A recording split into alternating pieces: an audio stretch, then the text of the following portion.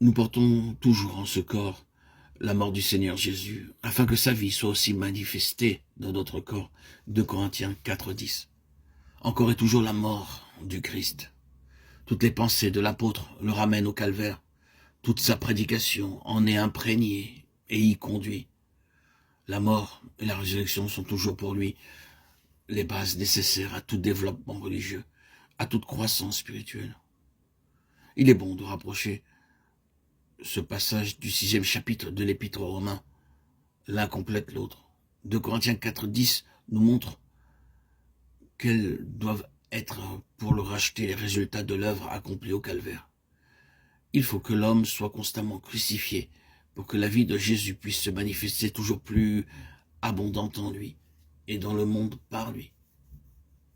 Il arrive que des enfants de Dieu soient passés par les expériences que décrit l'apôtre, que crucifié avec Christ, ils soient entrés pleins de foi et de joie à son service, et qu'ils aient vu le sceau de Dieu sur leur témoignage.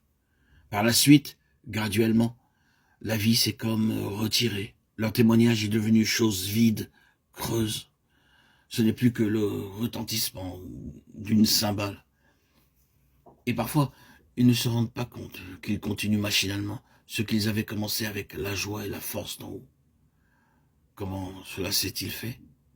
C'est parce qu'ils vivent sur une expérience passée que la mort avec Christ n'est pas restée à la base de leur vie quotidienne, de leur service. Nous portons toujours en notre corps la mort de Jésus, déclare l'apôtre. Voilà l'unique condition d'une manifestation constante de la vie du ressuscité. Le contexte montre qu'il doit y avoir une expérience permanente, que c'est à tout instant que nous devons porter la mort du Seigneur Jésus. Il nous explique aussi ce qu'elle est dans nos vies.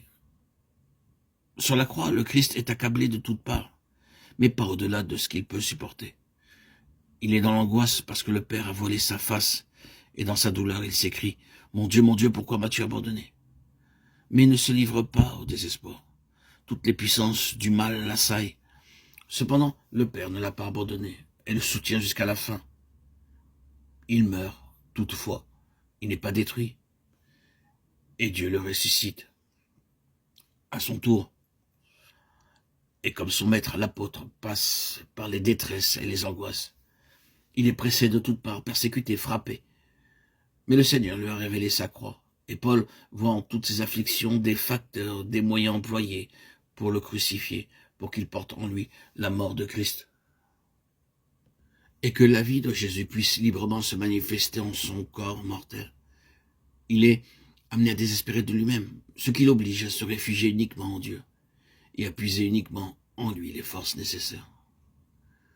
C'est ainsi qu'un Dieu tout sage agit avec ses enfants pour les garder en sa dépendance. Vaisseau vide d'eux-mêmes qu'il peut employer pour sa gloire.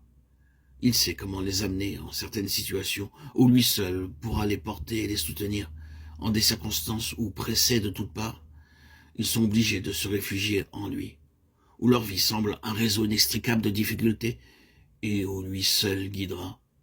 Il les conduit parfois au sein de la tempête, mais il est encore là. Il permet parfois les persécutions, les coups. En apparence, tout se dresse contre ses enfants, et cependant la vie de Jésus se manifeste en eux par une puissance d'endurance surhumaine à la gloire de sa grâce.